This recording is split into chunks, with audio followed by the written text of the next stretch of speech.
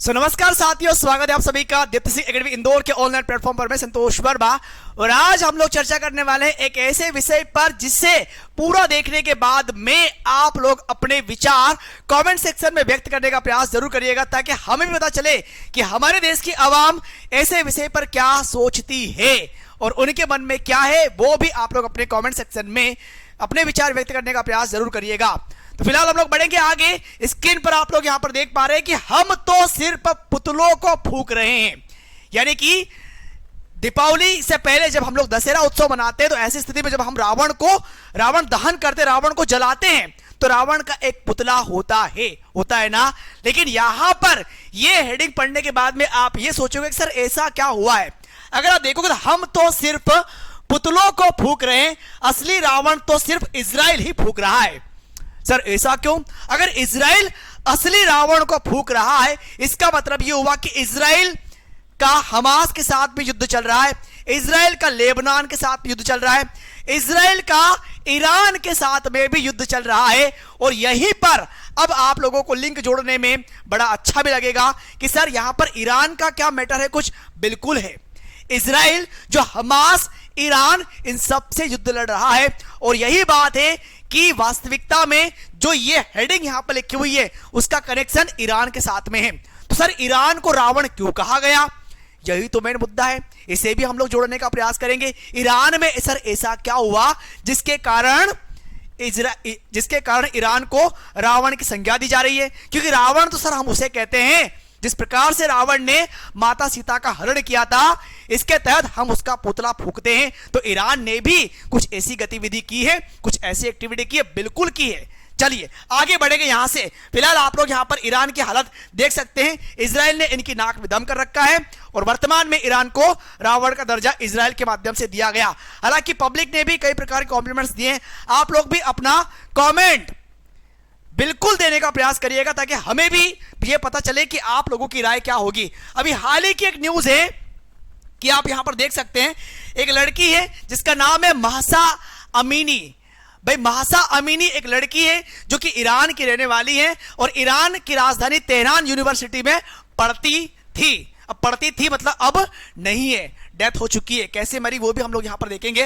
लेकिन फिलहाल यहां पर ओशियन जैन इन्होंने ट्विटर पर एक पोस्ट, एक्स पर एक पोस्ट किया कि भाई ये कोई आम फोटो नहीं है, पूरे ईरान में बगावत की शुरुआत हो चुकी है। यहां पर एक इमेज आप लोग देख सकते हैं, इसे हम लोग इनका नाम है महसा अमीनी। भाई महसा अमीनी लड़की, जो कि इमेज आप लोग यहां पर देख सकते हैं। अब यहां पर थोड़ा जूम करके आपको बताना चाहूंगा कि अभी हाल में क्या मैटर हुआ है। लिखा है कि ये कोई आम फोटो को हम लोगों ने थोड़ा ब्लर कर रखा है, काफी आप समझ सकते हैं कि फोटो दिखाने लायक नहीं है तो ब्लर कर रखा है। तो ये कोई आम फोटो नहीं है। ईरान में या पूरे ईरान के बदलाव में बगावत की शुरुआत हो चुकी है। कल इस ईरानी लड़की को ईरान की पुलिस ने पीट कर निर्दयी से मार डाला और मरने से पहले इसका कई लोगों ने बलात्कार किया। ये न्यूज कहां पर? ईरान में एक्चुअली ये एक्टिविटी हुई है, ऐसी हरकत पुलिस के द्वारा। सबसे बड़ी बात, पुलिस के द्वारा कई लोगों ने इससे कहा कि तुम जानती हो तुम्हें इसके लिए मौत दी जा सकती है। ऐसा हुआ क्यों, इस मुद्दे पर भी हम लोग बढ़ते हैं आगे कि ऐसा हुआ क्यों। एक्चुअली ईरान की अगर हम लोग बेसिकली बात करेंगे तो ईरान में जो बुर्खा, आपने बुर्खा देख ही रखा है कि मैक्सिमम कंडीशन में जो मुस्लिम समुदाय होते हैं वहां पर बुर्खा पहन के आना जाना होता है। और बेसिकली जो लड़कियां पढ़ लिख के थोड़ा आगे बढ़ती है और पढ़ लिखने के बाद में उनकी विचारधाराओं में परिवर्तन होता है और वो अपनी जिंदगी को थोड़ा फ्रीडमली जीना चाहती है, तो ऐसी स्थिति में कई ऐसे लोग होते हैं जो कि उन्हें डिस्टर्ब करते हैं कि भाई साहब आप इस समुदाय से, इसलिए आप इस प्रकार से रहना मत करिए, इस प्रकार का रहना आपको शोभा नहीं देता। इस प्रकार से ज्ञान भी देना स्टार्ट हो जाता है। लेकिन फिलहाल यहां पर आप देख सकते हैं कि इस लड़की ने ईरान में आवाज उठाई कि हमें इस पद्धति से आजाद होना है, हमें इस प्रकार से कंप्लीटली खुद को ओवरलैप करके नहीं रहना है। तो ऐसे इन्होंने आवाज उठाई और इनकी आवाज उठाने के कारण ही आप देखोगे कि ईरान में हुआ क्या कि ईरान की पुलिस ने, अगर आप देखोगे यहां पर, तो कई लोगों ने इन्हें कहा भी कि यहां का जो कानून है ये आपको मार देगा। लेकिन इन्होंने मरने से भी नहीं डरा। इनके शब्द क्या थे वो भी आपको दिखाना चाहूंगा। तब इस ईरानी लड़की ने कहा कि मैं सोए हुए थोड़ा मैं जूम करके बताना चाहूंगा, आप यहां पर दोनों इमेज देख सकते हैं कि Iranian women dies after morality police, यानी कि ईरान की जो मॉरल पुलिस है उनके द्वारा अरेस्ट किया गया, रेप किया गया, उसके बाद में मार दिया गया। हॉस्पिटल की फोटो भी आपके सामने है। और लड़की ने क्या कहा यह भी आपको बताना चाहूंगा, समझना कि लड़की ने क्या कहा। भाई उस ईरानी लड़की ने यह कहा कि तब ईरानी लड़की ने कहा कि मैं सोए हुए ईरानी लोगों को जगाने के लिए अपनी कुर्बानी देना चाहती हूं कि तुम लोग उठो और इस दुरंकी शासन को उखाड़ के फेंक दो। यह बात क्लियर हो गई, ठीक है। वही हुआ कि पूरे ईरान में जबरदस्त गुस्सा है, लोगों के अंदर ही अंदर सुलग रहे, कभी भी बगावत हो सकती है। ये ईरान से न्यूज अभी की स्थिति में आ रही है और ये भी हालिया न्यूज है, ठीक है ना। साथ में आगे मैटर ये भी हुआ कि ईरान के छात्रा को वहां की मोरल पुलिस ने हिजाब जबरिया पहनाने को जो प्रचारित किया, यानी हिजाब इन्हें पहनने के लिए मजबूर किया, इसने सरेआम अपने सारे कपड़े उतार के फेंक दिए। उसके बाद में भाई ये भी इन्होंने कहा कि क्या करेगा खामेनेई, फांसी चढ़ाएगा, चढ़ा दे, वो आजाद मरेगी। मतलब वहां की, अब समझ लो कि हिजाब में रहना भी कई लड़कियों के लिए एक अजीब सा, आप बोल सकते हैं कि इरिटेट हो रही, लेकिन फिर भी वो खुल करके बोल नहीं पा रही है। और अगर खुल के बोलना वो चाहती है तो उन्हें इस प्रकार से मार दिया जाता है, ठीक है। तो भाई साहब अगर आप यहां पर देखोगे, इस प्रकार से जूम करके बताना चाहूंगा आप लोगों को कि ईरान में कानून है, अच्छा वो आजाद मरेगी और वह हंसते हंसते आजाद मर भी गई। ईरान में कानून है कि किसी भी महिला को फांसी देने के पहले या पुलिस द्वारा मारने के पहले उसका बलात्कार किया जाता है।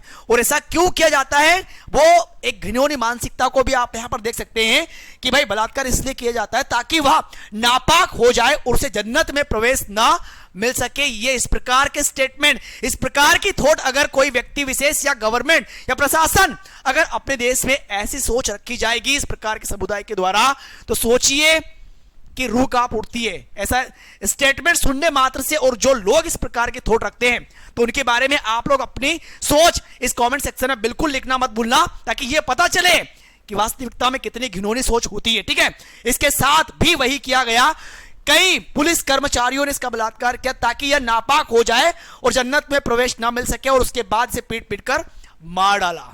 तो ये एक्चुअली ये जो इनिशियल केस है इंस्टेंटली अभी ये ईरान का है। इस प्रकार से आप समझ सकते हैं कि यहां पर जो मैंने नाम बताया आप लोगों को, महसा अमीनी, जो कि अब इस दुनिया में नहीं रही, लेकिन अब बात ये भी आती है कि महसा अमीनी के बारे में ये भी कहा जा रहा है। देखो एक और यूजर ने ये लिखा है कि यहां पर सुनील सिंह जी है, इन्होंने ये कहा कि इस लड़की के बारे में अब जाकर विस्तार से खुलासा हो रहा है।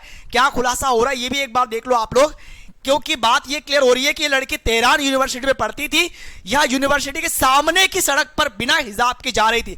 बिना हिजाब के जाने मात्र से पुलिस के द्वारा यह प्रेशराइज किया जाता है कि आपको हिजाब पहनना पड़ेगा, ठीक है भाई, बिना हिजाब के जा रहे। तभी ईरान के मोरल पुलिस कर्मचारियों ने इसे रोका और इसे थप्पड़ मारे। फिर इसने भी हाथ उठाया तो एक पुलिस कर्मचारी ने इसकी कमीज फाड़ दी। फिर इसने खुद ही अपने कपड़े वगैरह निकाल दिए। साथ में लोग चिल्लाते भी रहे कि तुम्हें मार दिया जाएगा, क्योंकि ईरान में इस प्रकार का कानून है कि आप ऐसी एक्टिविटी नहीं कर सकते स्पेशल फॉर गर्ल्स के लिए, ठीक है।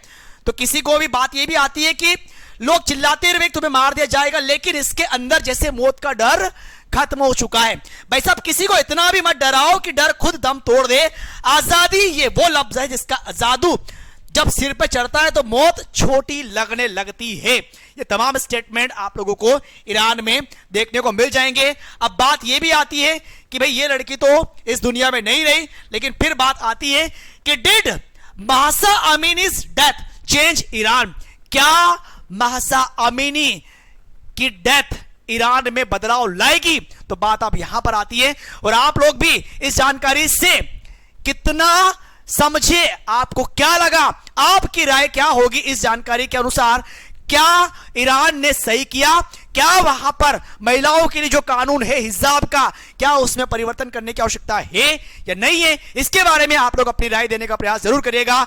और डेली इसी प्रकार के नॉलेजेबल वीडियोस के लिए अभी सब्सक्राइब कीजिए दीप्ति सिंह एकेडमी इंदौर को। हम लोग मिलेंगे एक नई जानकारी के साथ में। सो अभी के लिए बहुत बहुत धन्यवाद। Thank you. जय हिंद, जय भारत।